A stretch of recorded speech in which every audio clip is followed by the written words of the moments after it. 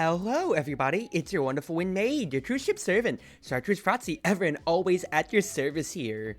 How are we doing today, everybody? Today is Saturday, July 13, and a little bit less than a week away from what would be my 1-year anniversary of releasing Captivating, an in-depth guide on how to play Rasmus, everybody. This is Omega Strikers, or Saturday Night Striking, rather. But the main thing that I want to highlight is exactly so. Yes, we are actually so close to the 1-year anniversary of what really brought me to creating more content for Omega Strikers and everything in general, quite frankly. So I want to give my love back to everybody who supported me on that end for getting me across the line with, of course, 700... almost going on 800 more followers and everything like that, and exactly so, getting onwards with a 1 year to my most viewed video of all time. Breaking 100 was an honor to me. Breaking 1,000 was great. Going up to 8,000, and then even getting Lutzbird, the primary designer of Rasmus himself, to acknowledge my efforts and all, was a real big treat. And I can't say anything more than that, but just wow, that's so cool, and I'm so happy and thrilled to be able to support Omega Strikers in one little cornerstone of mine. Even if, what's his face? Even if I really don't get to interact. I say I don't get to. That is very, very diminishing. When I deliberately just happen to, just on my own laziness, to interact with the main Discord or any other community member, any other like streamers with Omega Strikers. It's just me staying in my little corner and just saying, yeah, I'm enjoying my side. But yeah, main thing I wanted to do today is I'm going to go on with my usual games afterwards in the competitive ladder. But to start the night off, I thought I'd devote maybe a good hour is what I'm expecting to go through here, because it's a 20-minute video, but I want to break down both my design process with making this video, and also my retrospective on what I think I could have improved upon it at the time. Because my journey into Omega Strikers was...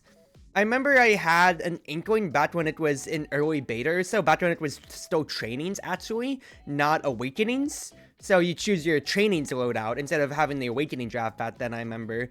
And then there was also all the creator creator cup stuff that really got the ball rolling with my growing interest. So back then I played Aimee, but it was only then after Rasmus came out that I really did start supporting. Of course, I transitioned my mains over mostly then, because, well, Connor voices him, C.VA, and we got that dog in him.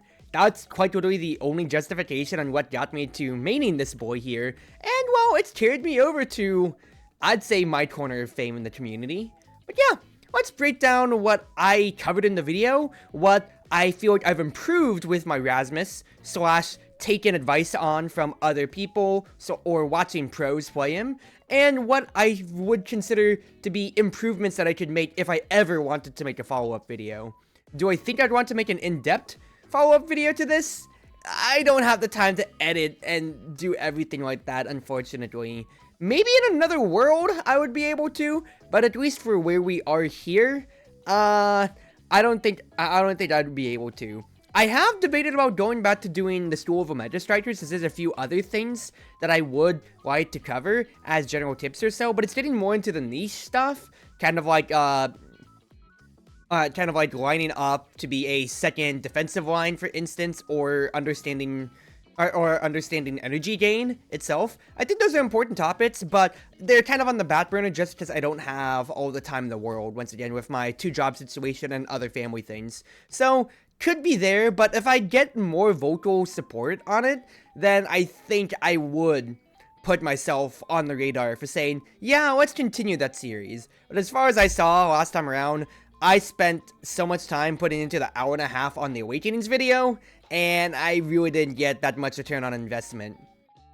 So, already thinking about that being, like, what I thought was a general topic, since Awakenings are always prevalent, and I barely broke 100, compared to how dribbling, I think, broke 2k, and then my other lessons of man marking and waiting to strike didn't really do too well otherwise, if I remember. Let me fact check myself on on my YouTube studio before I go on with that, actually. School of Omega Strikers. Let's see here. My initial announcement video got 371 views. Dribbling broke 2K. Man marking actually is at 600. Striking intense at 600. Okay. Awaken's at 500. Okay, actually not that bad, but at the time, I just remember I'm guessing that's more residual, because at the time, I remember just seeing the metrics, and like a month passed, 2 months passed, Awakening draft and Striking Within did not break 100 at all. So that may be okay. I am a little bit more incentivized now, but at the moment, once again, on the back burner. But yeah, let's just go through this thing here.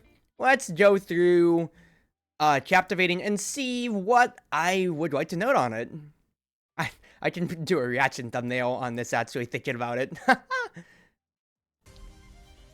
Rasmus is the captivating playmaker. Oh my god, a capable midfielder who can control the court from nearly anywhere on the pitch, enabling unique plays that no other striker can accomplish.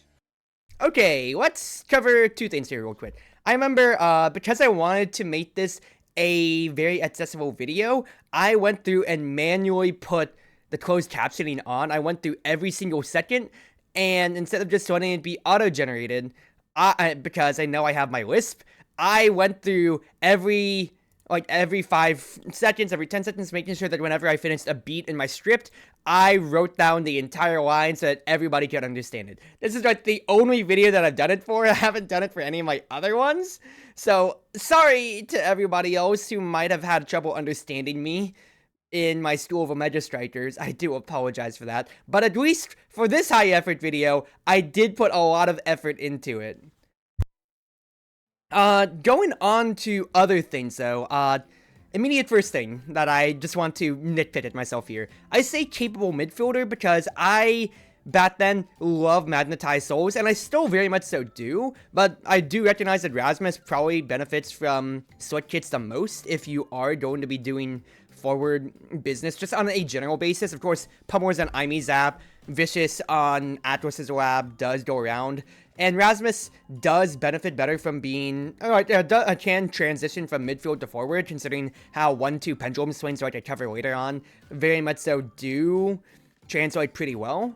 But at least at the time when I was playing Rasmus the most, I found the best success with being a midfielder, because I was very confident in my play, and I feel at the time when it was, remember, this is Season 1, this is beta slash Season 1 content that I got my clips from.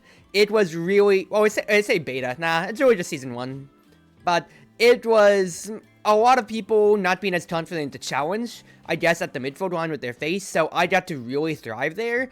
Nowadays, Rasmus can still succeed, but people have gotten better at cheating past with ranged abilities, or with just understanding how to hold the core dribble better, so not saying that he can't do it, but Rasmus honestly can succeed at any position. He's a great goalie, he can midfield pretty well, he can forward pretty well, depends on how you like to play him, but at the time of recording, I like to play Rasmus the most at midfield.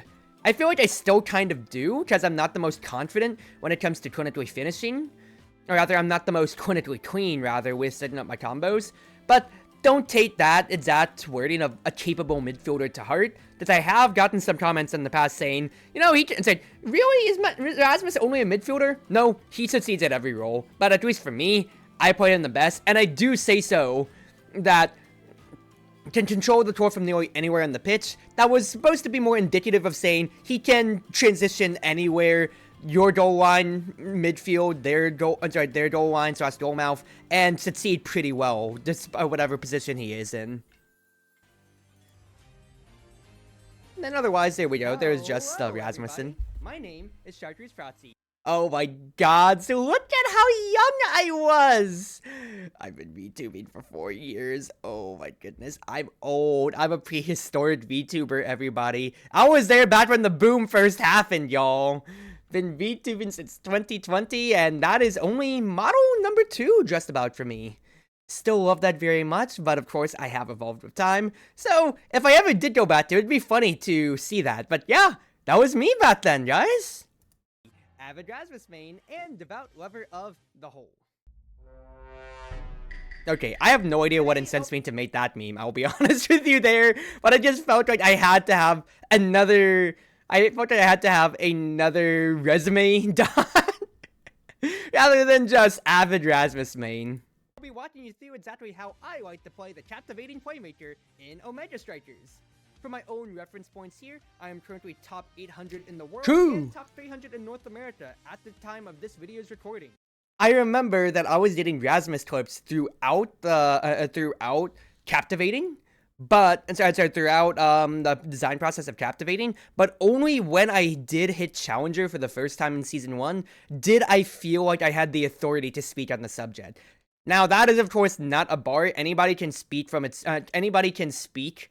on their own experiences with making a guide, because otherwise, how else are you going to inspire other people to get better and push your character, of course? But for me, I feel that was just a kind of a pride point of being able to say, hey, I need to showcase that I can talk the talk, especially since Rasmus was, I think, the only difficulty 3 striker. Actually, is Rune on difficulty 3? Either way, Rasmus was the newest character on the block when Season 1 came out, and I wanted to prove that, hey, I can back up what I'm saying here with arguable facts. I am top 1,000 in the world, baby! All of the clips that you see here today will be taken exactly from my stream, and mostly from the mid to high diamond range for what you will be expecting for skill level today.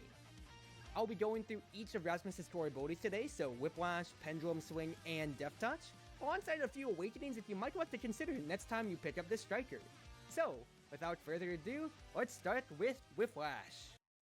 I spent a good amount of time trying to crop Rasmus's hair for this Whiplash here, and sadly, I've gotten people talk about the Death Touch and the Pendulum Swing intro cards, but nobody's talked about Whiplash. Come on, guys! It's a really good movie I'm referencing here.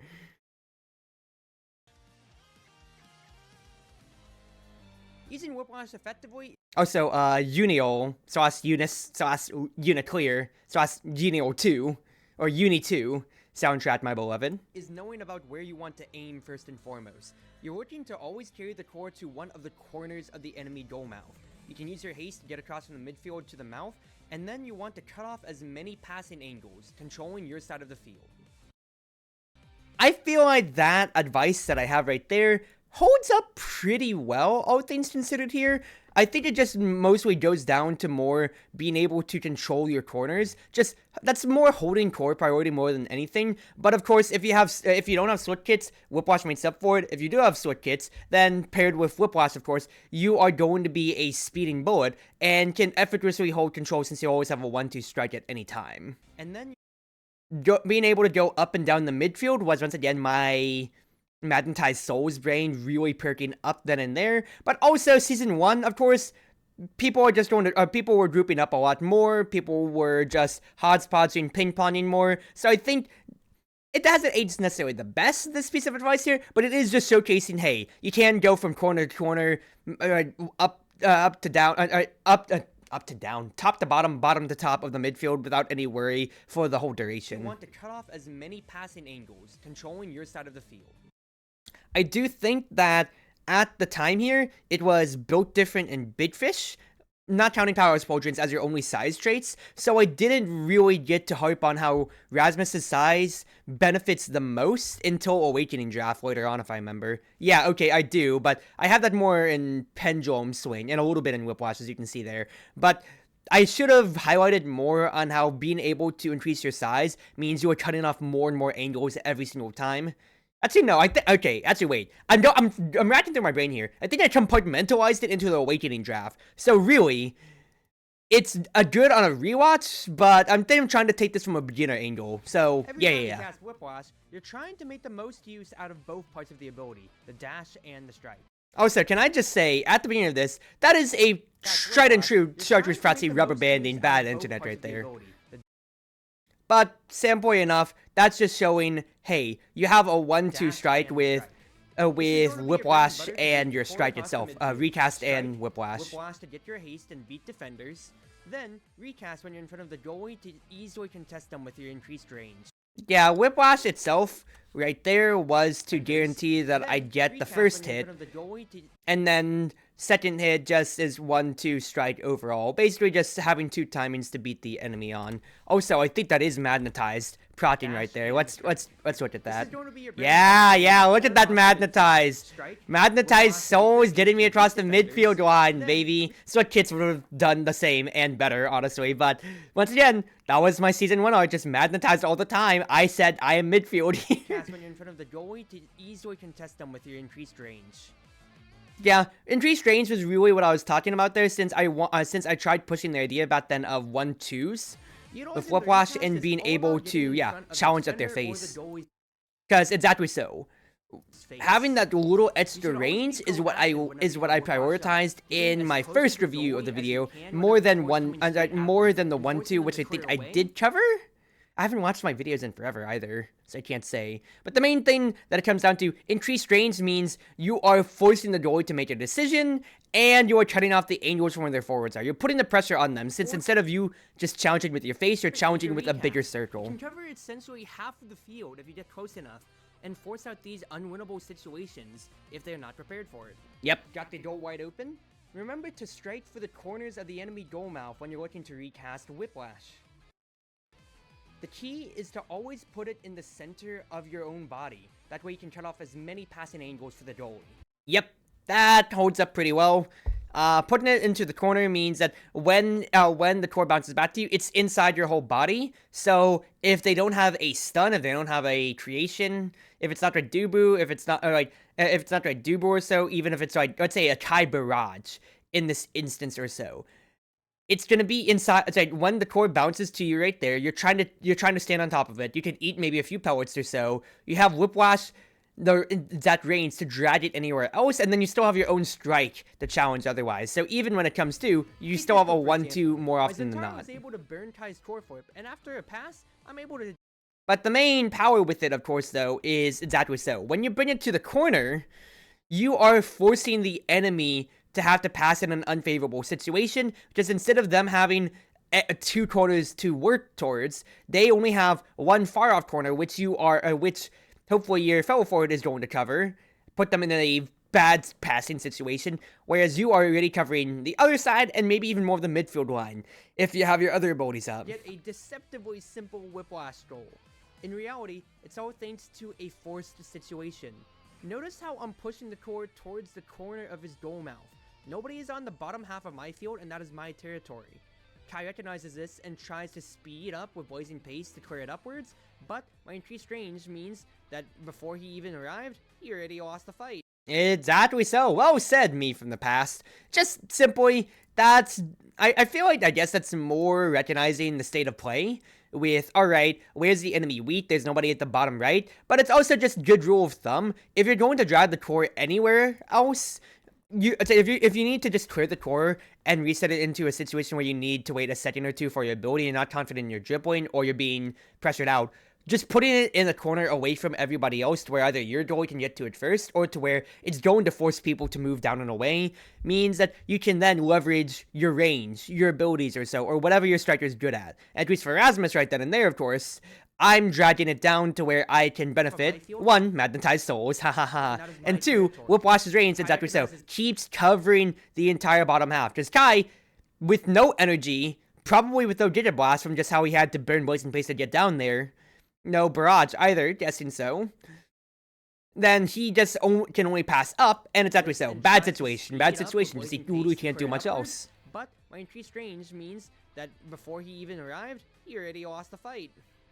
Always, always, always be looking to get in between the goalie and his forwards whenever your team is on the offensive, so you can force these 1v1 battles of attrition. This one here is just really state of play. If you're going to cover the bottom half, or like where the core is not on the map, yeah, just off the ball movement, recognizing when you can find a cut in with your speed here. Now this is of course trusting that the core can get to you, but it's just also a lesson in, alright, you got your 1-2. Whiplash, recast, pushes the core out with the extended range. That way Kai is forced to strike right here. He strikes next, and then you have your immediate strike, and then you have your regular strike. So recast, Kai strikes, you strike. Simple enough right there. Forcing him with your extended range to have to make that decision right then and there. But that's just more, so I guess if I pointed out that was a 1-2 in a vacuum, maybe that could have been a little bit better, but this was still my 1 year in, and this was my first ever guide video I've ever done. Not to mention, like, good, like, actual long-form of content if you don't count Core Strike Thief and the Rasmus's Treasure at the time. So, I do believe there's a lot more in depth I could have gone, but I just wanted to get my basic point across as I had my clips. I titled them out saying, Whiplash Example 1, Whiplash Example 2, and I ran with it, I remember. Even if you can't get directly in front of the goalie's face, you should always be looking to push the offensive whenever you have Whiplash up, alternating your basic strike with your recast. Okay, yeah, I do say that. Well, it's coming back to me here, but I didn't say 1-2s, kind of like a 1-2 dash punch or 1-2 pendulum swing necessarily. Right. I think it said coded bread and butter, because since I used the Uni soundtrack, I was thinking FGC mindset. Strike again. Yeah, strike, recast, strike again. That's 1, 2, 3 right there. Usually to dribble successfully, you'd need about 1/3 of the field. But with Whiplash, you can cut down your distance to about 1/4, which does have its impact in certain situations. This little segment right here, because I remember somebody pointing out how being able to dribble with Rasmus was so important. That's actually what inspired me to do School of Omega Strikers, funny enough, because somebody pointed that out, and also because I was getting frustrated at people in my games who could not understand how to deal with dribbling, nor could they dribble at all. It was just ping-ponging. So I think that really pushed me over the edge when I realized that this just a little segment of Whiplash in the video here really drew some actual good heads to turn. Utilizing dribbling with my strike and recast allows me to get a clean goal while keeping it away from the enemy forwards. Oh, what a clean goal, dude. The key thing to note here is when I time my initial activation. I'm able to beat Aimee before she can reach the core. Not only to Whiplash, but we both have magnetized souls here. Once again, the Season 1 art for Cruzy. And then keep it on my corner of the field. But this is just clinical. Very, very clinical. You see Aimee try to strike right then and there, but because I can just hold it too, it gets a lot harder. I'd say it's just a lot harder. She just loses the war straight up, so there's no way that she can really do too much more. Also, the Marth Pendulum Frame Swing. Ah, I love this. It's so stupid. Alright, let's talk Pendulum Swing. You'll want to get used to comboing your strike and your pendulum swing one after another, like a Juliet dash punch. Yeah, I do cover it 1-2s. The first and obvious use of it is that you'll always be hitting the sweet spot of your pendulum swing. I feel when I get to the Awakening draft later, one thing I really actually don't highlight on this is that since it is a 1-2, there is definitely a lot of traits that do benefit from this end. Be it 1-2 punch specifically, because you're hitting the core twice over. Hot shot is really, really nice for that end, since you're going to be sending it with, or you're already hitting the sweet spot of pendulum swing, and you're going to be sending the core, hopefully towards the enemy goal mouth. Team player, ironically enough, can sometimes help out. Well, actually, I don't know if it works. Well, depends on situation more than anything. Every now and then to help shore it up for when you can find your sense. But really, 1-2 punch, hot shot, and then, funny enough, heavy impact. I think I put some emphasis on it. Let me start on over. Yeah, I do put emphasis on heavy impact, since you are going to be hitting the core and stunning anybody. You're going to be sending it further. Just that extra speed is the first point I harped on, I remember. Straight pendulum swing. Straight pendulum swing. This is going to be a pretty essential core in your bread and butter kit. Yeah, bread and butter. That's what I did say. So you better get used to practicing it. The burst of speed may not seem like much, but this can actually beat out some goalies' dashes, like Asher's, if you're quick enough. I know that for the 2 clips there, I highlighted how Rune didn't get a chance to clip the core with his burst, and then Asher, of course, didn't actually reach the core despite her shield dash. But I do believe that it shouldn't just only be used for the speed, but also just for recognizing that you could hit the person trying to defend where the core is going. And I didn't get any clips of it at the time, just because I think I'm bad at the game. Hey there, Kappa, Austin, hope you all were doing well. So, at the time of recording, it wasn't a priority to me, I don't think, just because, hey, That really just never came up to me, and I wasn't good enough with Rasmus. I do have the moment where I tripped the goalie at the end, but that was a freak accident more than anything, I feel. Secondly, Pendulum Swing offers itself as a great brute force option against the goalie. The key here... Oh, what did that horrible dribbling game, dude? I just want to highlight that real quick. Don't be afraid to spend. Secondly, Pendulum Swing offers... Good pendulum swing right there. Great brute Ping pong, because I don't know what to do. force option against the goalie. Dribble up to, I'd say pass up to Aimee, who's so close to me, she's not going to be able to react to the core at all. Oh, that's so disgusting to see. The key here is to look at where the goalie and the core are going to intersect with each other in their path. So I say that as in just watch for the core and let the core naturally make its way over after a strike, when I definitely could have said for understanding mastery of the character in Rasmus, and also just in general for playing the game, to strike and hit the goalie with pendulum swing. To strike the core in a direction, and then pendulum swing to hit the goalie and the core 1-2 style. But instead, I think my wording definitely wasn't the best. Because I said, you're already going to be sending the you're already going to be directing the core in one direction. I could have said, you're already striking the core in one direction. Hit it with pendulum swing right after. Directing core in one direction wherever the sweet spot is. So just look to hit the goalie as your main focus. Dude, what a pendulum swing stupidity right there. Now it's time to use the rest of your kit to finish what you started.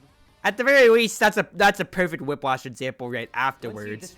But bad play by me. Finish what you started. Yeah, just 1-2 striking Vtuber like that. Simple enough. Once the core is already headed in the correct direction, all you need to do is space yourself properly. Now that one right there, exactly so, was just waiting for the core to actually come around, and then doing so. Because you didn't need to strike at that point. I mean, I could strike and then buffer input, but quite frankly, it still got the point across. You're always looking to stun, which was the main crux of my point at the time. Mindset of treating pendulum swing like a ranged strike, aiming past the forwards and hitting the sweet spot in a direction where the goalies won't be able to cover it. So exactly so. I think this is the underrated thing that people always forget about. This is why Rasmus goalie shines, is it is an effective ranged strike, and the fact that it can stun the enemies contesting it where it is so important. That's how Rasmus goalie gets to thrive. Instead of you just run up when the core is making it to the midfield line and just hit somebody with pendulum swing. That's good damage, as you're probably going to be taking powerhouse potions at all times, unless you're Aimee Zap, and then you just take strike shot if you want to really cheese and be stupid. But that's a different story. But the fact is, that's a very jarring aside, Cruzy. Let's get back on here. But especially so, like, you hold the midfield line as Rasmus. You don't let it cross back to you, because you have your recast or so, but fact is, you are looking to steal priority when you're playing goalie. And I approached this video as a pure forward, because I didn't play Rasmus goalie. I didn't think it was viable back then. And also, I was weaning off my goalie art, because I only played Aimee goalie. I played Flex back then, but I only played Aimee goalie. Guys, a jet button, ha ha ha, I wanted to push up the line. So I remember seeing a lot of people who were saying they played goalie or Rasmus goalie at the time then, and it really made me feel sad that I wasn't able to properly highlight how Rasmus goalie can succeed. But 1 year later, very much so. Fact is, pendulum swing being a ranged strike rings 1000% true. You steal priority from the enemy, you stun them, you send the core back to your forwards. The Banana27 in chat says, "Hey man, I've really been enjoying your YouTube vids and want to thank you for your love and passion for the game. Well, first and foremost, thank you for your first time chat as well. And also, I do see that you have been following me since 2 hours ago, so thank you very much for that." Let me check. Did anybody else follow me? Nobody recently then. Well, first and foremost, thank you for joining the cruise ship, friend, and thank you for the continued love. Because once again, this video itself has been my most viewed, but Omega Strikers continues to be the most successful content that I've had on my channel, pretty much all time or so, if I check my own metrics or so.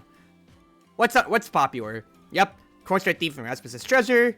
We have Omega Strikers. Okay, out of like my top 12, Hearthstone popped off for whatever reason, and then I had one, Helldivers clip. But overall, my bigger long-form content has been better, not to mention even my earliest guide videos or so, and showcasing cool builds and showcasing how to play Rasmus on different maps and everything like that or so, or just once again, yeah, captivating. So just thank you for the continued support as always, and hopefully this will be a good retrospective for everybody else on YouTube who can't make it to the stream today, or when it does come out on the 18th. But getting back to it or so, yeah, I kept highlighting how it was a ranged strike, but I never highlighted how stunning it continues to be, the most polarizing thing, because I always highlight hard and soft forces, but it's the most important thing afterwards. And yeah, exactly so. Or forward. If the Highlighting the stun. To you, instead wait for the right moment to stun the goalie as the core is being sent on its merry way. I said I haven't watched this video in forever, and yet every time I bring up a point, I immediately contradict myself by saying, oh yeah, no, I did cover it. Hey. But yeah, that's more just off the ball IQ, I feel, right then and there, of being able to recognize, hey, it is a stun, I do highlight it, but I should have said stun. Use Pendulum Swing as a range strike or a stun. If the core isn't being passed to you, instead wait for the right moment to stun the goalie as the core is being sent on its merry way. I do say stun right there, but strike and or stun would have been much more concise language. Pendulum Swing can also be used to punish goalies who are standing too far into their own goal mouth. You can spot this KO opportunity by lining up the two corners of the enemy goal mouth while it's open. Pendulum Swing has enough knockback on its sweet spot to KO any goalie in there. Goal mouth. I felt like when I spotted this vat then, in my early days, I thought I figured out the hack. Now granted, remember, this is season 1, so flex days. This is when Goalie was still in my mind, so I could very much so run up to midfield line, press the jet button if I saw somebody standing too far back, and then even maybe cyber swipe and then maybe even glitch pop right afterwards to get them. Is even with the additional defensive traits that you have of reduced damage and knockback when you're in your own goal mouth, I really did think, alright, I will be running away with easy, cheesy kills if I keep spotting where people are on the goal line. And this still does hold true, but I should have highlighted that 1-2 strikes would have been the best off of it. But counterpoints to that end, I don't think I got any clips of it back then, so I didn't highlight it. So I just put this point here as saying, haha, cool hack. And Pendulum Swing, with its big circular range, if people don't respect it, it's pretty good on that end, all things considered here. Plus, once again, Season 1 days, so people weren't as savvy to understand how far back they were standing in their own goal mouth. They didn't know how to push up as effectively. A large amount of space thanks to its line hitbox. You'll want to treat it kind of like as if you're playing Kai Goalie by aiming vertically directly up or downwards. Okay, I pulled up Omega Strikers itself on my monitor on the side here, because I wanted to highlight this point specifically here. The defensive feat of being able to just treat it as a ranged, yeah, I say to aim up or down with the Kai Barrage, because that was the only characters I feel, that was the only character at the time who really had good mastery, or rather people who really understood how to use their mastery that way. It was that or a Dret with lock and loads, just going up or down, but you didn't see as many Drets. You saw Kais everywhere all the time, of course, as he's one of the initial unlocked characters. But being able to steal priority from a core that was coming your way, bad. Being able to steal priority from a core that was potentially coming your way or far out with a ranged Pendulum Swing was very, very huge, and is a point that I feel that I didn't cover enough.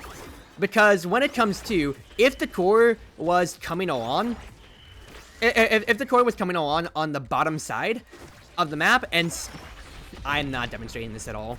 Whenever the core was going down like A lane at the top or bottom, just due to an enemy being dragging it back and forth one way or another, being able to both stun the enemy and force the core back up to you at, let's say you're at the midfield line. If Juliet was holding the core and it just wasn't bouncing willy-nilly, just being able to stun her, bounce the core back to you, and then get whatever free play that you want off of that end is the biggest defensive merit, more than just being able to say, hey, I'm presenting a line hitbox, because it's only 1 second of instance that Pendulum Swing's up here, compared to Kai's Barrage, which has 4, you know, mini pellets or so. That was the only clip I got back then, I remember, of showcasing how Pendulum Swing was. But once again, when it comes to the defensive line, goalie Rasmus, you hold the midfield just by being able to stun somebody going forwards and trying to push the core more. Whereas if you're forward, yeah, exactly. If the core is down below at at a bottom lane or so, and you're holding the midfield, and they're trying to dribble it or pass it out to themselves, just stun the enemy. You will get, it'll pass back to you, just naturally, lazily drifting back up. You get free core control and everything past that end. That's the mastery end that I can vouch for, once again, 1 year later, but I only got the one clip back then, so I feel like I did neglect the Rasmus Saints when it came to really getting to highlight how good Pendulum Swing is as a defensive trait, for being able to stun, and also presenting a big line, even if it's a sour spot. By aiming vertically directly up or downwards. Because exactly so, with it being a line, if she tries to pass up to Julie, it denies its way, or if she just goes straight, I've got my bigger hitbox itself from Pendulum Swing to really make an effort off of. Hello there, Jinjo. First and foremost, oh wait, I didn't have things up. I forgot to swap over my browser. Well, highlight it again, highlight it again. You want to treat it kind of like as if you're playing Kai Doi by aiming vertically directly up or downwards. Yeah, you can see right here, the line. If it passes up, well, I don't think the sour spot would have clipped it, but fact is, I'm still trying to cover as much ground as I can, because Julie's at the bottom. Aimi's just holding neutral in the middle of the dual mouth. She has to, with her positioning. So I need to cover the top as much as I can. And the only way I can do so is with the Pendulum Swing.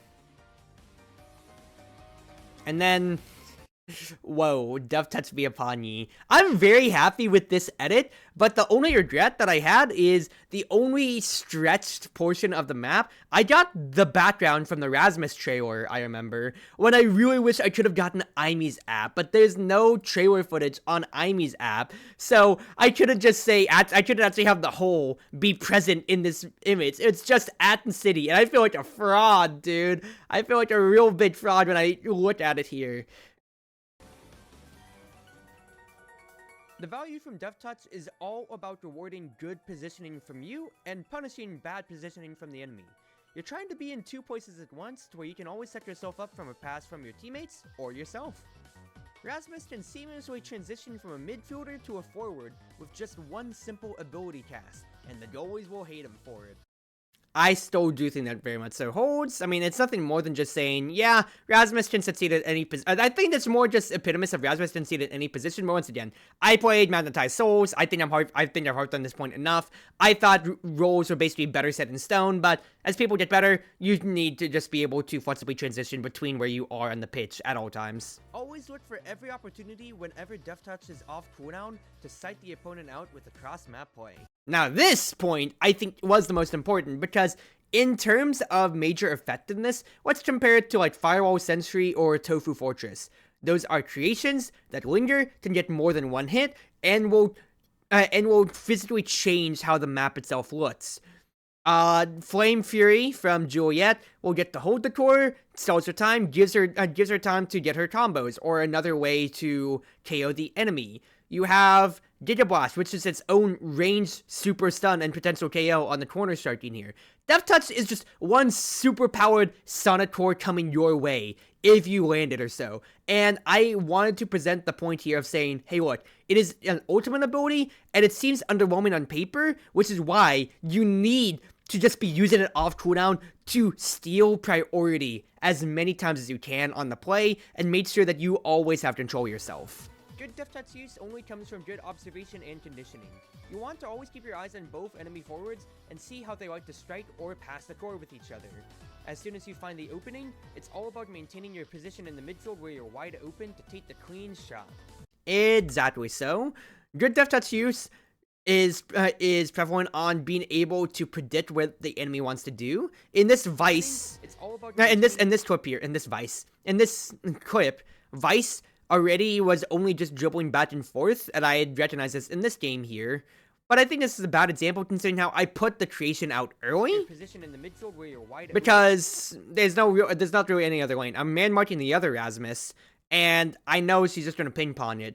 But the main thing is, like, okay, I guess I did say conditioning first and foremost, but better mastery would be able to just toss Death Touch and catch the core as Vice is hitting, instead of letting it linger on the field. Because the Death Touch that lingers on the pitch that gets no use always feels bad. Being able to reaction test and predict on the fly is much better, because if people see you cast a creation and then it just sits out there, well, that feels pretty awkward, don't you think, of it just sitting there. Now they can respect it like a Juno Blobbo, like an Atlas Astral Projection, like any other creation or so. Take the clean shot. But Season 1 For days, the offense, it's time to start tracking the enemy goalie's behaviors. It can be hard to intercept passes to their teammates, so you want to pay attention to any time they try to clear on the corners of their goal, and adjust your positioning accordingly. so I liked here about then. This is just me saying it can be hard to see how, it can be hard to position yourself around where the enemies are. No, that's just a skill issue on my end. I should have said something more proactive and encourage people to say, hey, mark the enemy passing lanes out. But then again, I wasn't thinking about skillful Meta Strikers at the time when I was making this. I was only thinking about captivating at all. So I should have been able to say instead, hey, if you're cutting down the passing lanes, you force the enemy to pass on their goal on their corners, and then that's when you can really condition them further out. Now the big thing though is very much so adjusting your positioning, because you can see here, as I see that Aimee has full control of the core, there's two options. I could have done a pendulum swing right then and there if I recognized it, to just steal priority and then just get a through ball, but I instead, in this play here, I instead opted to go down, let Aimee have full control of the core, and instead adjust myself to be in the middle so I have as many lanes to send the core after I get the Death Touch pass. That was just me recognizing, yeah, she's in the corner, I'm in front of Juno at the very most, so nobody's threatening me, and while Juliet's looking at our Dread. So instead, just immediately steal priority. That's better conditioning, because I catch the core right with my Death Touch without it letting linger in the field at all. It goes out, it nabs the core, and then I send it on its merry way. That's just effective plays right there. More than the conditioning, but also recognizing the state of play, which is what I think is the biggest thing for you playing Rasmus. Lies in its ability to turn Rasmus's pressure from a circle into a solid line of the field, cutting off passing angles and forcing mistakes that goalies are unable to combat from. The key thing to note is your active role as a body on the field. Dubu can't pass down here because I'm in front of the goal, he can't pass to his midfielder Era because I'm directly marking her thanks to my increased speed from Whiplash beating her to the goal, and begrudgingly, he has to pass straight into the Luna ult and also into my own ult, towards Zentaro, who has no hope of receiving the ball. Now, can I just say, this, Season 1, my Zentaro hater arc, you can't get edgier than a Zentaro who is bullying, I don't know who is the goal in this situation here, but she's bullying Luna, and with the name Masked Samurai. How much edgier can you get as a Zen player, dude? But the big thing here is, like I said here, I'm directly marking Era in this situation here, and Zen is looking at whoever my other forward is. Okay, yeah, Aimee's the goalie in this situation, so Luna's my other forward here from just the goal malpositioning. The fact is, even though Zen's looking at her, and and not even counting the crater, if Luna just dies without it going off, or if she just, beforehand or so, if Dubu wanted to still pass the Zen, I would always still get the core before he gets a chance to strike or burst with it. The fact that I'm cutting Era off means that there's really not an effective lane, so regardless of the crater, fact is, Death Touch gets to control the entire lane, exactly so. And that's really the crux of my point here. Recognizing your positioning, recognizing when you can steal priority, and just it's effective game IQ, because, exactly so, since your pressure is a solid line on the field, as I say in the video, you have an effective free cut at whatever passing lane. It's all about making the enemy uncomfortable and forcing them to take a bad lane for when you are in position to get that goal right afterwards.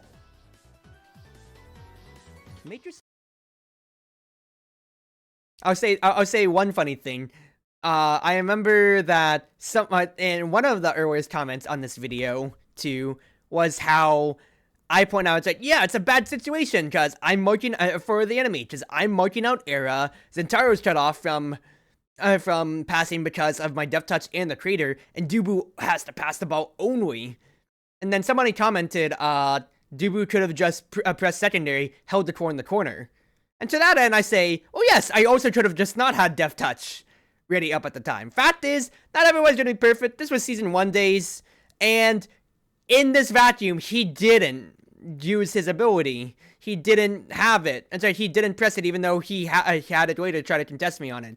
he didn't expect me to use Death Touch, and that is the main crux of it all.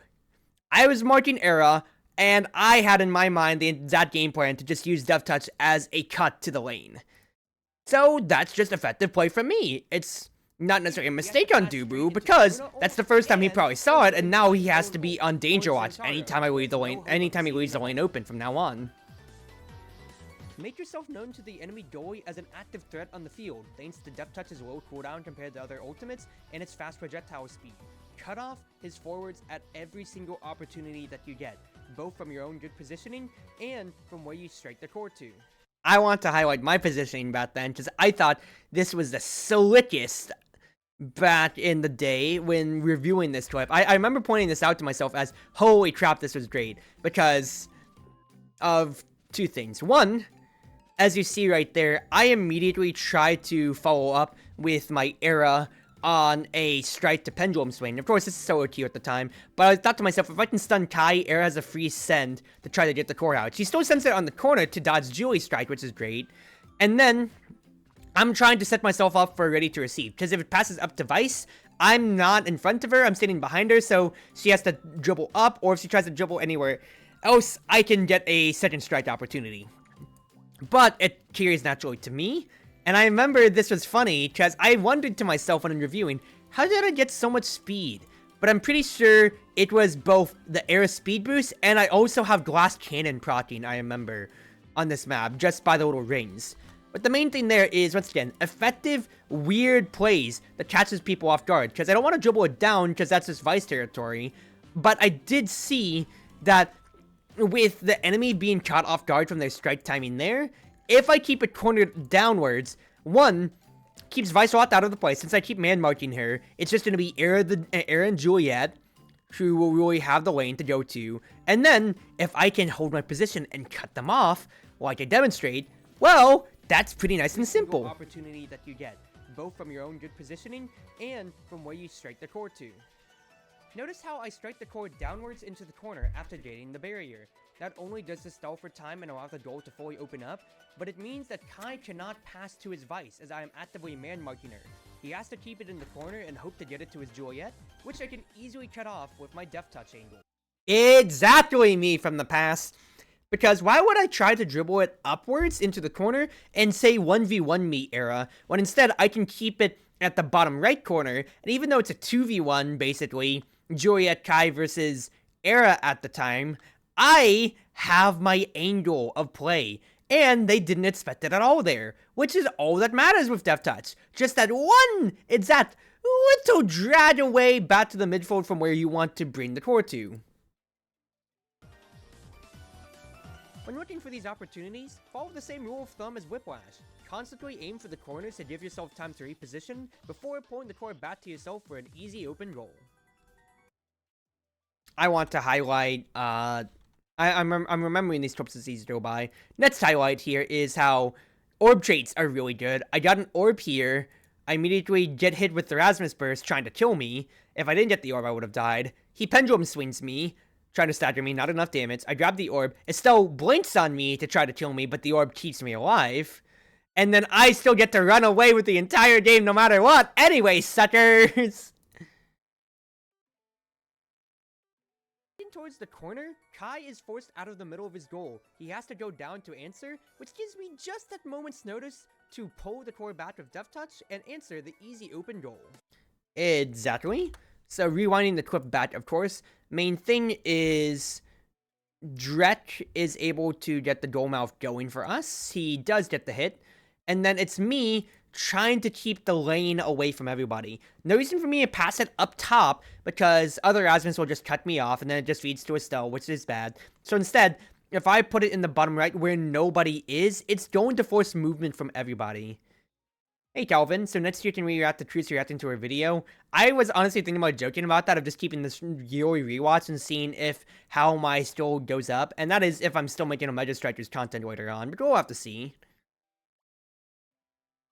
Yeah, if nobody is at the bottom, it's going to drag feet down here. I'm trying to bait the play and sell that, hey, I'm trying to drag the core low. So you can see, literally, everybody in the pitch is looking at it. Whereas immediately afterwards, if I just catch the corner to where Kai thinks it's going to be safe to, I can get my hit right off, keep myself safe with how low I am, and also get an easy through ball as well. That's just game IQ right there, and also recognizing where I can exactly take advantage of both the state and the passing lanes. Since Kai doesn't want to pass up, I'm holding that space, and so is Drek. Everybody on the pitch is going down, so he's thinking, I just gotta clear this out in the corner, and then it just goes on and out. Hold the core back with Deft Touch and answer the easy open goal. Even though you can make these round-changing plays, you don't have to be a perfectionist about it. Just getting the goalie slightly out of position due to wasting an ability, or moving to an area where the goal was unprotected is enough. At the end of the day, it's not you trying to beat the goalie, it's you trying to outsmart the goalie. You can see here, I wish I got to say, I wish I didn't finish my recording before I wanted to reword this in saying, it's your goal to beat the goalie in a strike war. It's not your goal to beat the goalie in a strike war, because that's 50-50s, and that's always, it's a coin toss. You're leaving it up to your uncertainty. Instead, it's always up to outsmarting them, be it through dribbling or just through better ability use. This is a horrible dribble, but Magnetized Souls aren't bad then.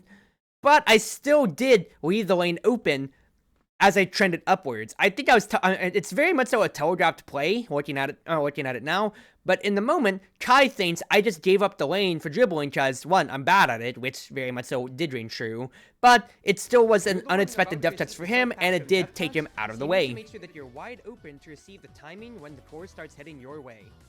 Because even though that wasn't a full corner to midfield drag or so, it was just enough to get him out of position still, and that's all that matters again. I strongly advise you go into the practice duel and practice self-passing to yourself, both off the corners of the enemy goal and when you're entering the goal mouth itself. Being able to mind game the enemy goalie and force these weird 50-50 situations with your ultimate is a blessing in disguise that many people won't even consider. It gets enemies out of position, allows you to burn their own defensive abilities, and sometimes get in their head on where you're really going to pass to at the very end. I want to go back into the game tool for this it kicked me out of practice. I want to go into the game tool on this to actually highlight. I feel like self-passing is a very dead art for Rasmus, unless you're playing goalie necessarily, just because as Season 2, Season 3 has gone onwards, forwards have gotten a lot better with taking advantage of, well, KO/striker advantages, and being able to, exactly so, just pass back and forth to each other, rather than just having to rely on a dribble and your own ability. I just think, general mastery has gone all the way up, and to that end, people, it's just something that is, very much so a lost art in my opinion. But, let's say you are a Rasmus on the goalie end or so, biggest thing is, you'll see people at round start, or even if someone's trying to dribble in the corner or so let's drag Julie up here. If they're trying to dribble in the corner, sometimes it's good to just hook them to drag them out of the way. If you get them, then it stuns them, and then maybe you can pendulum swing to follow up, clear the core away, or if it's better, you can just drag the core down to you, dribble it back onto your corner. That is a horrible display. That is even worse, Cruzy. Let's not talk about that. But the fact is, with a good deft touch, you can easily bring it back to your end here, get your strike back on. Get your immediate strike back. Let me turn my cooldowns off. That way, I can actually demonstrate proper dribbling. They can actually demonstrate proper dribbling back and forth. But when it comes to being able to steal priority and then self-pass back to yourself is big. I feel like I only see it, when it comes to Rasmus players, I only see it for the goalies, and that's not necessarily a problem. But I highlight being able to mind game the enemy for if it's only you being able to hold the core over. Granted, you need, it's something that you just don't see as much, of course, just due to the fact of when it comes to the execution, sometimes you don't have as much space as you really think. And if I'm rusty on this, exactly so, but you're seeing how I can mess it up immediately. But the biggest allure as to why I think I see goalies do it is, one, of course, you're stealing priority from the enemy. You're making sure that it's not comfortable for them. You can guarantee that you get a free dribble back and forth, or whatever that you want it to do, because then you get your 1-2 strike with your Whiplash recast and your regular strike. You have an easy way to then get a good 1-2 pendulum swing, corner set it up for whatever it can be. So, yeah, just drag it back and forth. One, if I was a better timing, or if I was just a better Rasmus in general, I'd get that timing more. But you get my point here. Being able to drag it back around, still priority, and put the core in your team's favor is big. And also, when it comes to that end as well, actually generating just a little bit more energy.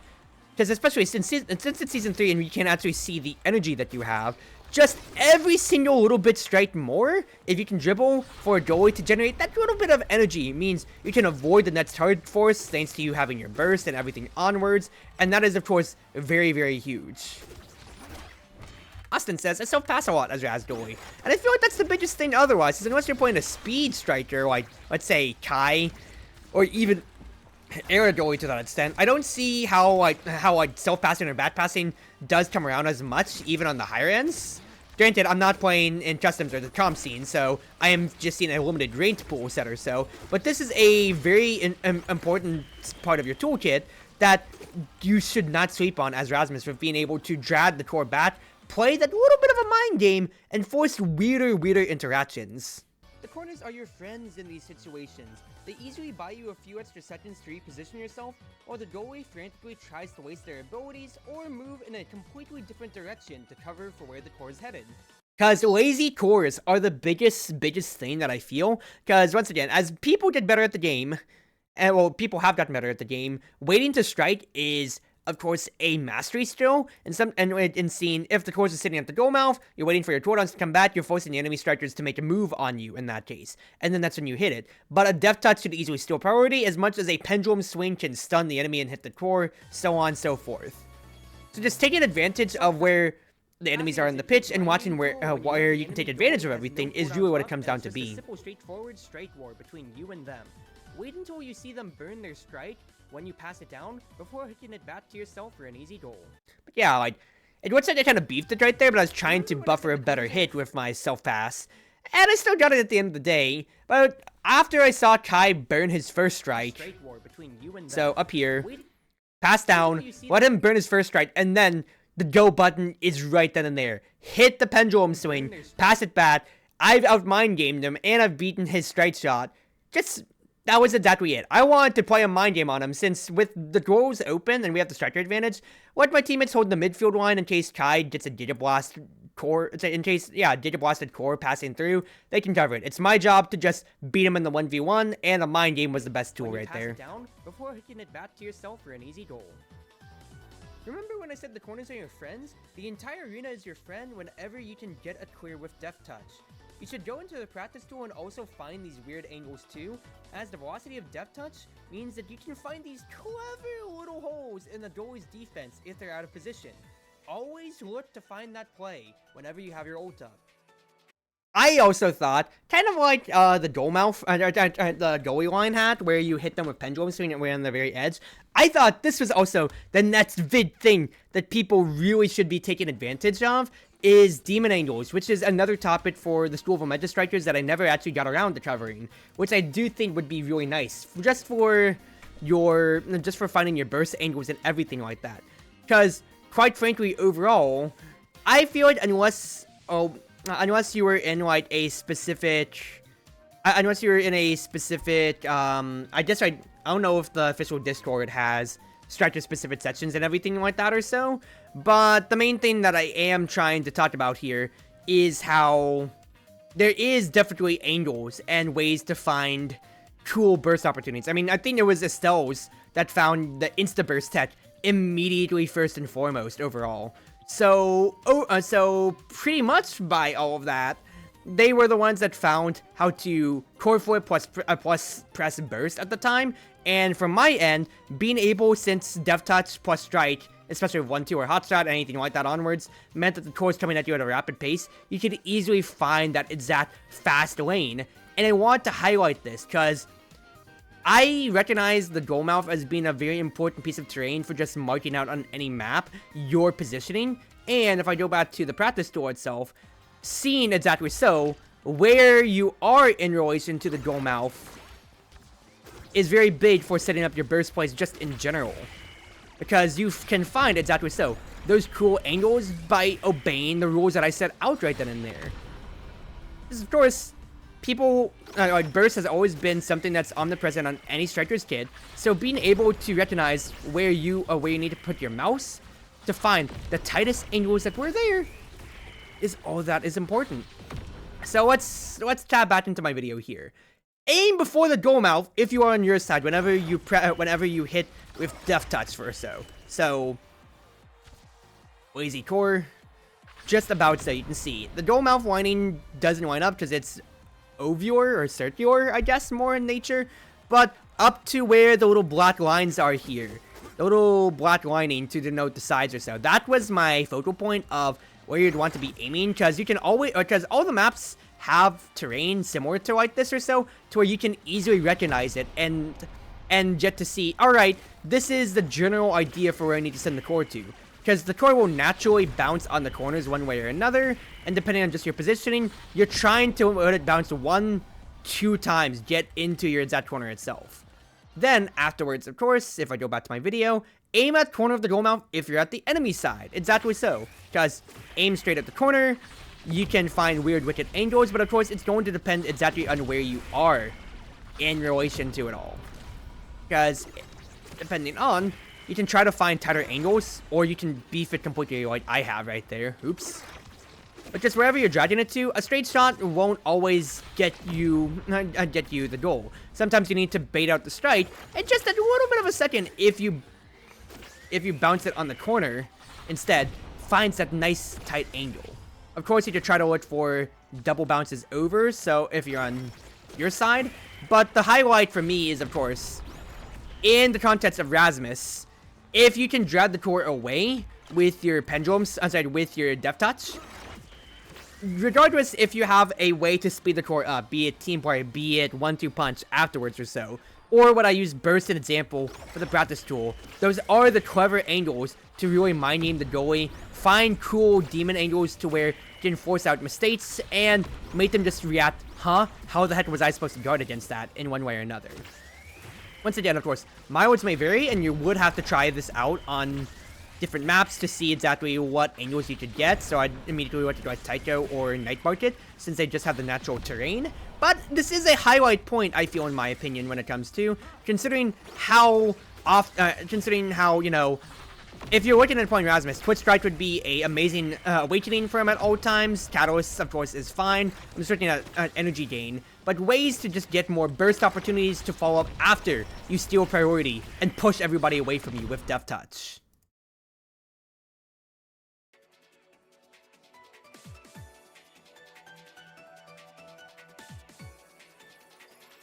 Yeah, lazy core. If I'm currently playing defense on my side of the field, I am aiming a little before the goal mouth markers.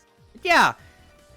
It doesn't have to, you may not always get it every time, as I kind of demonstrated right there, but on those fringe situations, to where you did your homework, you can see my mouse cursor already aiming further down, but I clicked right at my corner just about here.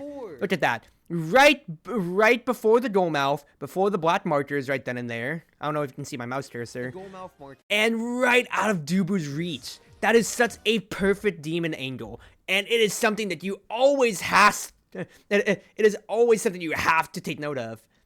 It's less effective the longer the range, goalie experience. Fair enough, but fact is, like, it still is another tool in your toolkit rather than just pressing burst, waiting things out, and then trying to see how things go. Because, of course, that's more reaction time, but what was the main thing that I opened up my Death Touch lesson with? Conditioning. Seeing how your opponent reacts. And if you're already pressing Death Touch to bait out a reaction, you really should have lined up what you want to do with your burst. Or your follow-up, I mean. Fact is, sometimes you need to just get that monster clear, because I remember this clip here, Rasmus Asher and Athens City were getting pummeled, and with my health, I had to play far out and away from where those forwards are, because if I tried to contest in the corner, I'm getting bullied out, as per my stagger, so that's just a priority steal, and that's just opportunistic plays. Once again, just another tool in your ever-evolving toolkit. Meanwhile, if I'm perfectly at the midfield or I'm a little bit more forwards, I'm aiming for the direct corner right at the goal mouth itself. And you can see right there, exactly so. Priority steal One nice feature. with Rasmus. I really wish I played that clip twice. Priority steal with Rasmus. Instead of losing the goal barrier, steal the core back, and then immediate aiming for the corner. Look at my mouse cursor. It flits from right here to the corner itself. Because Rune already has a shadow down here. I don't want to pass downwards away. I can pass natural to Era. And it just bounces outwards exactly to where I want it to be. That's perfect. That's a perfect example of just using that cornering tech. I'll also highlight, I remember this game vividly because this was on my road to Challenger. I remember this was a high diamond game. This person was called Broken Character. He was, I think, last in draft for our team. He was hovering Rasmus at first too. But I had first pick on him, so but I had first pick on our team, and I wanted Rasmus, so I took it. And then he just started emoting and complaining at me the entire time, even though we won. Like, yeah, I guess I'm breaking angels. I'm really proving how broken Rasmus is with my own experience there. But you don't have to vent your anger at me the entire set. We're on the same team, and we did win that game, funny enough. But I just found that experience funny.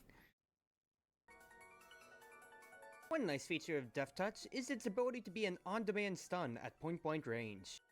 Use Death Touch like this if you're not properly spaced for Pendulum Swing, or if you see a prime opportunity to just slide the goalie out of position, away from a crucial strike to save a barrier or a goal. I highlight how you can drag the goalie out of position with Death Touch here, but I'm looking at it at a offensive angle. The mastery thing that I would note on 1 year later is if you are in a 50-50 strike war, if you are on top of somebody and the core's headed your way, the best thing as well is also just drag them with your Death Touch. Not only do you stun them, but you pull them behind you so you can just keep running forwards and get core priority first. Bonus points if you have Whiplash, then you have the overwhelming size advantage to just always get your first hit afterwards, and then, well, everything just continues going on from there. But at the time, I only got 2 clips from this, which was, yeah, exactly, stunning Atlas so we can get the goal barrier on this. I say 2 clips from me. Jorgenston, a wonderful Rasmus I remember seeing back in like season 1. I feel like I haven't seen him at all ever past that. But he does the same thing back in a different game to where he drags another Atlas out of the way. So I just did a free send, even though I missed my dash punch as Julie because I sent it straight instead of dribbling it like an idiot. That you can easily hook out of position. And then another one to when I was playing Flutz, and it was banned on me, if I remember. Exactly so. This guy has the audacity to dribble on the corner, stun me with Death Touch, and then, exactly so, push the core right at my face. Because even though I immediately strike when I'm out of hit stun, it still didn't go. So that is a very creative way to also just, instead of saying self-pass to myself, just stun the goalie and send it right at their feet. But that's just really funny. Yeah, Austin, talk about goalies not needing to be bullied anymore. Tell that to the Jet Button secondary twin drive Lunas who just say, "Oh, did I kill you again?" Shh. Nah, goalies deserve just as much bullying. You need to rotate your positions on the field. What you should be shooting for as our Rasmus player. What makes him unique from the other strikers on the roster is the fact that his kit covers almost every single keyword featured in-game. I remember when I was making this section of the video, they gave the buff to Rasmus halfway through me editing the creation list that it was also a creation after, and not just a projectile. That way it can benefit from the creation traits at the time. So I had to actually rewrite part of the script if I remember correctly. Your first or last on the pick list, you can always index into almost every single kind of build, and still come out as a very functioning striker who can excel in certain situations. But if you haven't seen my video on a very certain one yet, roll the tape, everybody. Oh, Core Strike Thief and the Rasmus's Treasure, my beloved. I'll let this play out for the fun.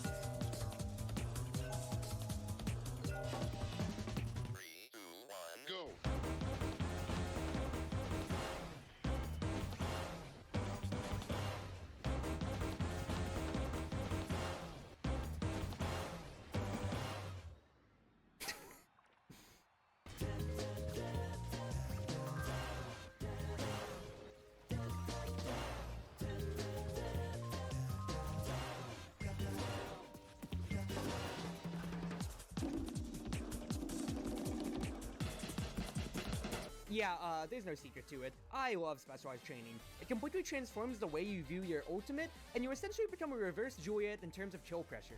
Normally, you and the opponent would have to stand on the exact edge of the map, opening you up to the exact same cheesy kills that you're already fishing for. So, as much as I do like Core Strike Thief and the Rasmus Treasure, I actually really do think it aged horribly on two ends at the time of this recording. Specialized Training is out of the rotation, so no more big cheese on that end. You could still make do with just the Pummels and then Missile Propulsion, but of course Specialized Training was the biggest threat of the build. But my line there, opening you up to the exact same cheesy kills that you're already fishing for, Juliet's were really the only ones at the time, of course Dash Punch being the eternal thing that took advantage of corner killing, I feel, in Season 1 days, but nowadays, everybody is so savvy with being able to spot you're standing a little too close to the corner, let me hit you. You have Etz's, Bull Rush into immediate Etz Maximus, hit you 1, 2, use a burst for good measure 3 times to kill you. I had recent matches to where an Aimi would take Pummelers, Cyber Swipe to Glitch Pop immediately as soon as I see you at the midfield line, because that's 1 into 2 guaranteed stuns. Estelle's as well with Piercing Shot into Rose Warp on your face with Pummelers. Estelle's with Pummelers to try to take advantage of that fat, for instance. And then, of course, anything more on that fat, of course. Luna's with a Whammy Rocket into an immediate boost straight into your face. Or Dubu's with a rollout into a Tofu Fortress on your face, everything like that. People, of course, with the game's lifespan, have gotten a lot better at spotting opportunities to get kills. And as a Rasmus player, you don't have to stand at the corners at any times, quite frankly. You have ways to cheat the corners with your Whiplash, with your Pendulums, with your entire kit.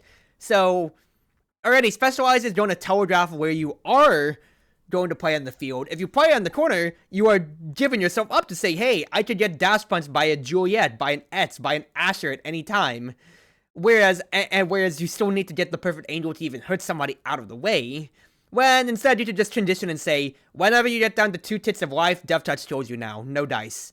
Just, it's a cheesy strategy, but unless it's, of course, Aimi's Zap or Atlas's Lab, to where just getting bigger pulls themselves is always going to be valuable, I feel my meme video actually does age horribly with a bad conditioning mindset if that's all you think about. If you can find your 1 or 2 cheesy kills, of course, that's great.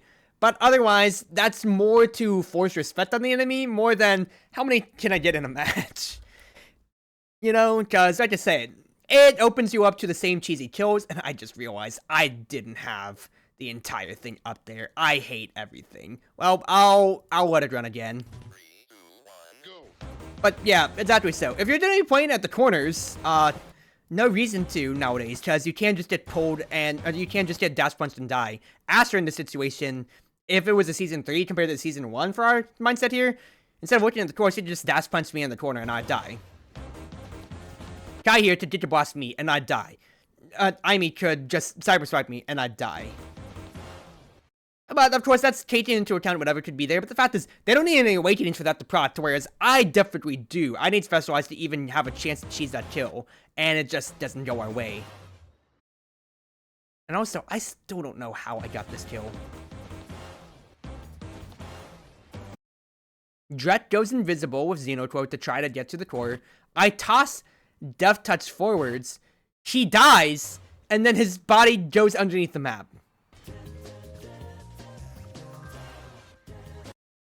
Julie at the orb line, she could have dash punched me. Just since she didn't have it on cooldown at my recording here, but the fact is I got her at the midfield orb, which was my biggest example.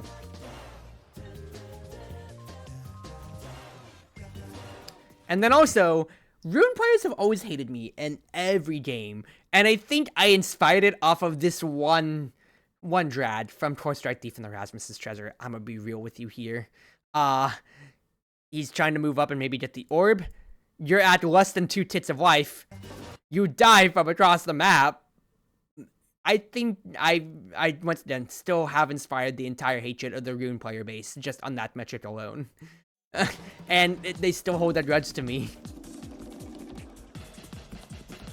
Yeah, but yeah, exactly so. Specialized Training is a really fun trait, but it should not be your only win condition. It is a way to drag attention and pressure and find a new way of cheesy kills, but it puts you in just as much danger, and people are a lot savvier nowadays. Take it with your peril when it does come back into rotation for your top water, or for, of course, custom games. Well, have your fun with it. On every single map without fail, and find these quick and easy KOs.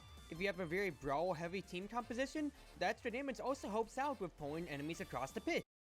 Exactly so. Octavia thought she was safe there, but she was still once again below 2 tits of health, so she's just dead in the water. Serious here. Your range goes from just at the ult orbs when somebody's staggered to actually across the entire pitch. The rune mains have never forgiven me for this, dude! They never have! They never will, it feels like, dude. They never have, and it hurts my soul. It hurts my soul that they've never forgiven me for that. Ah! Alright. I think I made my love for specialized training pretty clear there. Now, let's go over the rest of the awakenings in the game and see how well they pair up with Rasmus's kit and what you should be aiming for each and every ability. Starting with Whiplash. Being a haste ability means that you can always index into one of the big 3, but each has a different varying amount of potency. Chrono Boost is kind of nice, but it is considered a haste ability for Whiplash, not a buff, so you're not getting that secondary effect. At a minimum, somebody did comment on this, once again, after recording as well. They did some testing, and then they also clarified later on, I'm pretty sure. If I check things here, yep, on the main client, it also says haste and buff. So Chrono Boost actually shoots up in very high priority, and you actually get benefits from all bid 3 traits necessarily. Now, of course, Super Surge has been destroyed for explosive entrance nowadays, but you still get it. A little bit better, but seeing how the recast is a light hit, you're not getting as much damage as you'd be thinking. So, if you're looking for one of these in a draft, you are looking at Aerials, as the added projectile cast range means that Death Touch is also getting buffed when you're taking this, not just Whiplash. So, at a minimum to that point, in my opinion here, after considerations, remember, this is Season 1 when I recorded this, so I thought Super Surge would be the best, considering how Season 1 was Brawler meta all the time back then, so any extra impact damage that you could get was really huge, and lighter hits still hit harder overall. Chrono Boost, I think, is actually the best out of all of these traits now, especially since, of course, Whiplash is considered a buff. So the fact that you get the speed boost for the longest period of time, and get to threaten the goalie at any time with a 1-2, basically, really sells the point more. And even though I actually highlight Aerials as the best in slot at the time here, the extra range with Death Touch comes down to the Rasmus player, because you can easily get thrown off by what you consider to be the match range, and I still do so every now and then. I overcast abilities all the time, and Death Touch is no stranger when I take Missile Propulsion, for instance.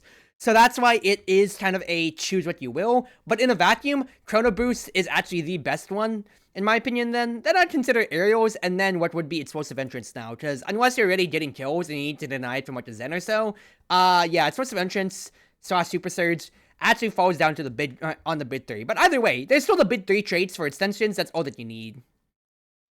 I love Chrono and Raz, says Austin. Yeah. Rasmus is a big purveyor of size awakenings, and as such, big fish, built differently, and even powerhouse pauldrons if you're playing Rasmus goalie. Oh, how naive I was, only playing Rasmus forward and not goalie. Yeah, no, continues to be his best in slot. Are going to help him out, as this affects Whiplash, and we'll later see in Pendulum Swing as well.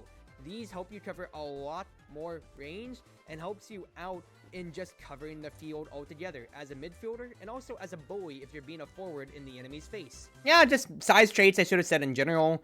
But then again, those are the only size traits back then, so didn't really think we're going to get any other awakening / meta traits off of it. The core and somebody when you're dashing up with it. Heavy Impact I highlighted here in Whiplash, just because it is an impact, and once again, light hits hit a lot harder back then, before I think Season 2, to where they really tuned most of those back. Means that so Brawler meta. Nice cooldown reduction. It's pretty nice, even if it's just a light hit. And Quick Strike helps you out with your constant pressure combos. Strike, recast, strike, strike, strike. Eventually, you will be able to incorporate Core Flip with that, with the extra energy that you are generating. That line read took me so long. Strike, recast, strike, pendulum swing, strike, death touch, strike. I tried to incorporate so much more there, and I kept flubbing it, so I just said, screw it, I'll write it down and I'll keep it simple. But no, of course, going on from now, if I had to, this is just me highlighting what awakenings worked best with Rasmus otherwise, whereas my actual awakenings video, I think, did a better in-depth about it more than anything, but size traits are your best friend. And of course, Twitch Strike is your best friend too, considering how much Rasmus revolves around stealing priority, holding priority. Pendulum swing. Like I said, this also benefits from size awakenings, meaning that if you get any of those, well, 2 plus the goalie gear if you're playing Rasmus goalie, because it actually is viable. Oh, you naive girl, Cruzy. Not recognizing that Rasmus goalie was very much so meta back in Season 1, and still is to this day. Sorry, I just had to drink my water. At big fish and both differently, as pretty good pits for just helping you at an all-round situation here. Heavy impact helps out pretty well, since you'll be striking the core and the goalie, or the core and the forward to get it past them constantly in a dream world if you're lining everything up. And as such, you'll also just benefit from the stats standard prime time, rapid fire, and even glass cannon, funny enough, as this extra speed, if you're not being focused down, will help you space yourself out to constantly land these sweet spots, and never landing that light sour hit. Okay, so on to that note, Primetime and Rapid Fire, I always put high on the respect list for any character who has a stun in their kit, just due to the fact that it's a stun, it pushes the core, so either of those would be good, since Pendulum Swing, yeah, you do get power out of it, but it's power-wise in it being a hit and a stun from range, so that was there. Glass Cannon I valued super highly in Season 1 since it was a ticking time bomb trait, and it still is very much so. And I thought back then that being stuck in place as you cast Pendulum Swing was, of course, the one and biggest downside, so you had to position yourself perfectly back then. So that's why I put so much emphasis on it. In retrospect, I don't necessarily see why now, considering how it's just a good trait in general, but I don't think it offers itself to Pendulum Swing specifically, when I could put any other speed trait there. Rasmus, I feel, is a better goalie than forward, but that's my biased view, says Austin. I feel like, right now, honestly, I would agree with you, he'd be a better goalie than forward, considering how the forward pits are pretty polarizing when it comes to, because I feel with the removal of Timeless Creator from the pool, creation goalies have not been as prominent as you'd expect, so Dubu has, I wouldn't say he's fallen off a cliff, but he's definitely taken a good hit to where I've seen him enough, and I've seen more non-standard goalies overall.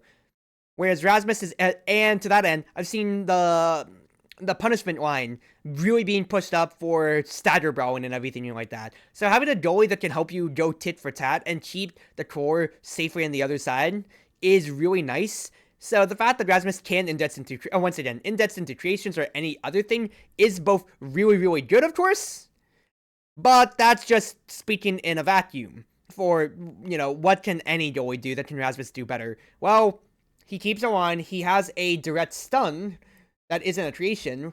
Yeah, just basically, it's already a ranged strike, and, well, he controls a big amount of the field before it even reaches his goal mouth, is the big thing. He is a advantage pusher on that end, and I think that's really where his strength as a goalie lies in. Probably Rapid Fire top tier as a goalie, but that's just in general, Austin. That's just in general. Because of that, Tempo Swing actually synergizes pretty well, in the same vein as Heavy Impact. You'll be constantly hitting 2 things at once, the core and a goalie, or just, 2 people at once if you're pretty lucky in that. So you'll be constantly proccing this, and it's why it synergizes pretty well with Siphoning Wand if you're going for a pretty brawl-heavy composition.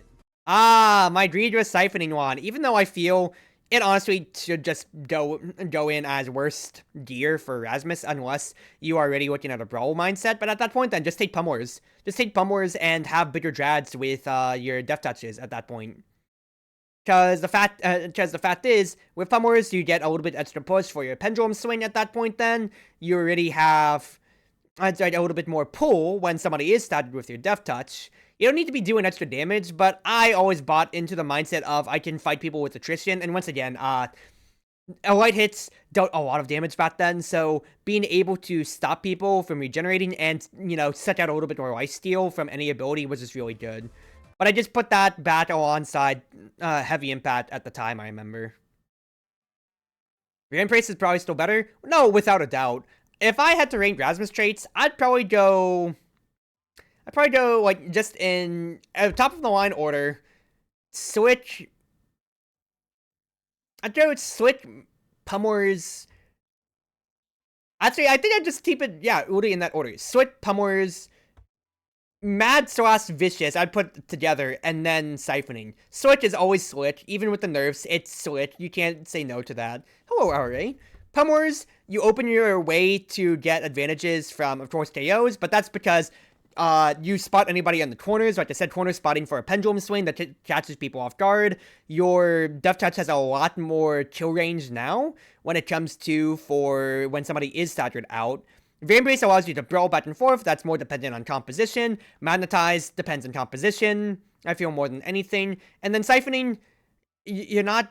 you have AoE on 2 out of 3 of your abilities, but you have to land sweet spots anyway for pendulum swings, and you don't want to only be using your Whiplash for damage, so it is a little bit weaker on that idea. But if you have a KO team comp, then it comes down to that. But that was brawler meta when I made this, so yeah. I will always advise, once again, for specialized training, extra special again is always going to be pretty nice for you, so you'll never turn that down in a good situation. But the unique thing about Death Touch is that 2 patches ago, when this video was recorded, yeah, there we go. I actually highlight that Death Touch got the creation tag on there. But if you miss and it settles onto the field, it is now considered a creation, meaning that you can actually index this ability into 2 different build paths. You can go for Timeless Creator, Monumentalist, and cast last, if you want to be able to leave this on the field and just be a lingering presence, a secondary pass, opening you up to just get in the goalie's face and really force the forwards to have to pass in awkward situations or straight into your own ult. But I do come with this as a word of warning. Make sure that your passing lane is open and nobody is between you and your Death Touch to intercept it. If people see you taking this in the opening draft, it's going to be pretty obvious what your game plan is, so just word of caution if you try to do this. I wish I got more clips of people actually denying me, because I got 2 clips I remember during this recording, but I scratched them. I said during the recording process of me hitting the core with Death Touch, but then people just getting in the way of it and cutting off the angles. And of course, that is the counterplay. But that is, of course, when Rasmus puts it out early and telegraphs his intentions through his Awakening draft there. So that's just better. It's just understanding the flow of play and being able to find better situations rather than just putting it out there and saying, I can still control, but it leaves it open for just an easy lane cut and everything. It's just like any other passing lane. You have to obey it as. I think I just put, if I remember, I just put these here to just really showcase how the creation trait can go off. But I don't put as much thought in them unless you're playing on a congested map like Tycho or Imes, because it's just a denial trait in a way or so. But you're using Death Touch to cut the core immediately as it lands, not to have it be lingering, because that's kind of a little bit more useless, and you don't have a way to pull enemies in otherwise unless you knot them in with Pendulum Swing for whatever reason, you know? Now, the other outlying pits on this list here are Missile Propulsion and Deadeye here. Deadeye helps you out pretty well, actually, funny enough, if you're trying to save the core from far away, as in like tossing it when you're on the defense and then you move up to the midfield, as before overtime, this is the strongest hitting ability in the game. If you can get Death Touch to impact the core with such speed from 600, meters or whatever unit of measurement of what a Mega Strikers is measured in.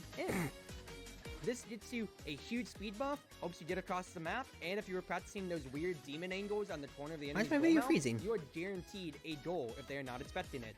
As such, Missile Propulsion also helps you out in this escapade in being able to reach pretty much across the entire pitch. The weird thing about it is that this helps you in two ways. If you're playing it with Specialized Training, you get Specialized Training for 55%, power.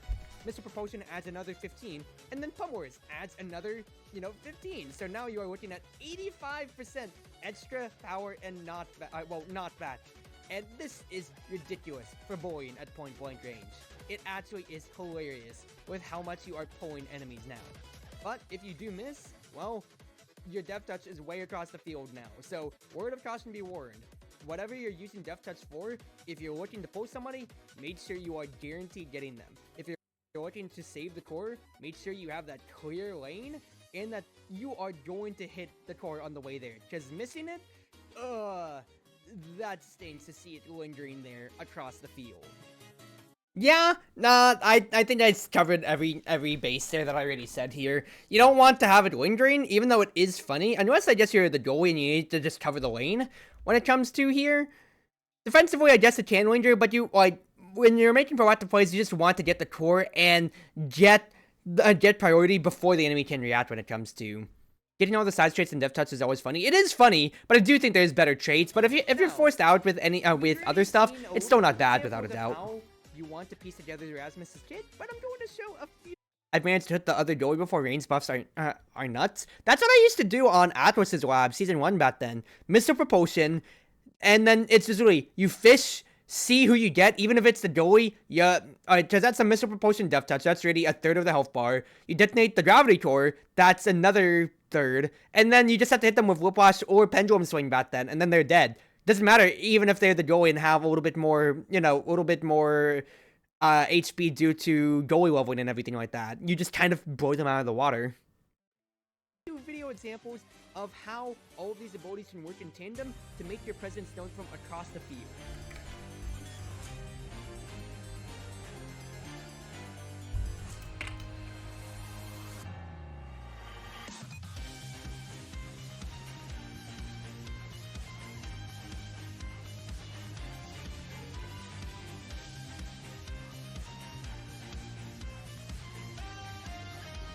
Back when I was editing the Master Crossing segment here, I remember, I didn't think about putting the ability icons and just letting it speak for itself, but from a beginner's side, I wanted to help everybody understand once again how you should be using your abilities in tandem with each other. And actually, this was one of the last clips I did record as well in my segments here, to where I did steal priority with Pendulum Swing to let it bounce back to me. Exactly so, was my entire hope. So that should have been in the Pendulum Swing section, but I already completed it at the time, almost just about, so I just said screw it, whatever.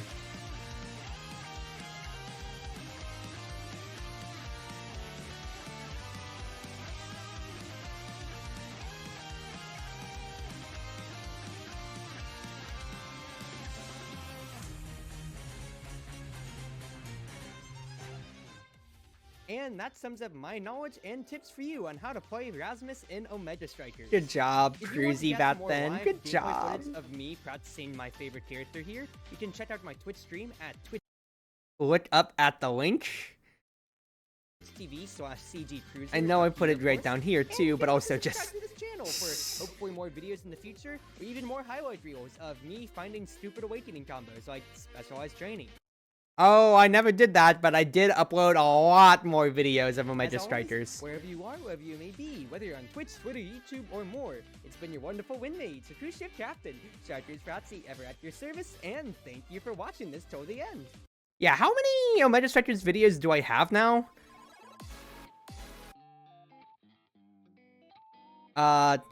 360, almost a year's worth if you just watch videos by themselves all the time or so. Wow, Cruzy, that's a lot of videos that you've put out on Omega Strikers here. That is both very sweet and also very sobering to think about. But overall, just that is wonderful to see how I got how a lot of my information I feel actually still holds true. And there, of course, are lots of improvements I feel I could make to the content that is, but that's 2-3 seasons afterwards. It's like any MOBA, nothing's ever gonna stick. But the mastery of everybody will, of course, continue to get better over time. But I feel I did a pretty good bang-up job at the video back then. Yeah, check out the Twitch stream, guys. Thank you, Austin, for the helpful plug overall. But I do think I did push the mastery bounds for Rasmus a good bit. back then. I don't know what my entire community impact is, but considering how I had a lot of people voicing out their love for the video, how it helped them to teach more, and how I got a lot other tips from people who are like, yeah, Rasmus Dolly mains, for instance, or also echoing how to better take advantage of things like, yeah, the Whiplash's size, Pendulum Swing's defensive properties, everything like that. I feel that improved my own play, and hopefully it improved a lot more people out of the 8,000 that viewed it overall. I'm very, very happy with how that editing and how everything went together, and I wouldn't be opposed to making OS guides in the future, but just with my current priority list, it's not really up on there. But still, 1 whole year from learning this wonderful boy and getting almost 1 million experience with him overall. It's still pretty nice. But that's my retrospective on it, and I'd say I did a wonderful job once again. Hopefully this will make good content for you YouTube guys, because 1 hour, 34 minutes going on 35. So I'll stop the recording on this end, but I'll go on with my Twitch stream afterwards here. So for you YouTube people, wherever you are, wherever you may be, whether you're on Twitch, Twitter, YouTube, or more, it's been your wonderful Wind Mage this time around. Your Cruz Ship servant, Chartreuse Proxy, ever and always at your service. Thank you for what is 1 year of constant Omega Strikers content that I've been able to put out and support from your guys' end with the constant views that you're giving me. The fact that out of a week, 3 or 4 out of my 7 weekly videos are breaking 100 after, you know, a week of viewing and everything like that or so, and I'm already getting, at least breaking up to double digits within a day or two of just the daily Omega Strikers videos is so sweet, so nice. I am a variety streamer, of course, so I would wish that the other stuff of mine got a lot more views, but I can't complain, because at the end of the day, this is what got me the fame, and I'm pretty proud of it at the end of the day. So, thank you again, everybody. And here's to, well, the life of Omega Strikers. Well, on with this game, and thank you all for coming on by.